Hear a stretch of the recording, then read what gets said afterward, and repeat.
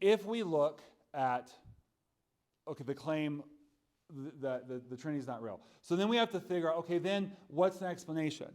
Why does Jesus reference three different aspects, three different personhoods, as it were, of God the Father, or of God, the Godhead?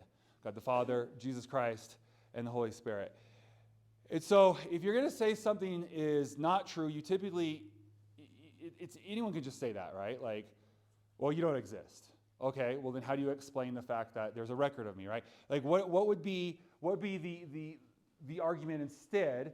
And there are a few. One common one is this like modality of God. So God changed modes, as it were, okay? So if you're a Transformer fan, you might like this one.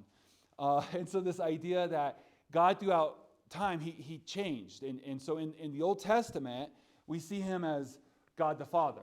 But just God the Father, right? He's God the Father. But then, because of sin and all stuff, he then had to send his son. So what he did is he then became Jesus. He changed. And so that I think maybe excuses some of the uncomfortable parts of the Old Testament because, well, that God kind of doesn't exist anymore. Forget the verse that says he's never changing. He's the same yesterday, today, and forever. And so he was God the Father in the Old Testament. And then he, contrary to the fact that he never changes, he changed, and then he became Jesus, and he was incarnate with us as Jesus.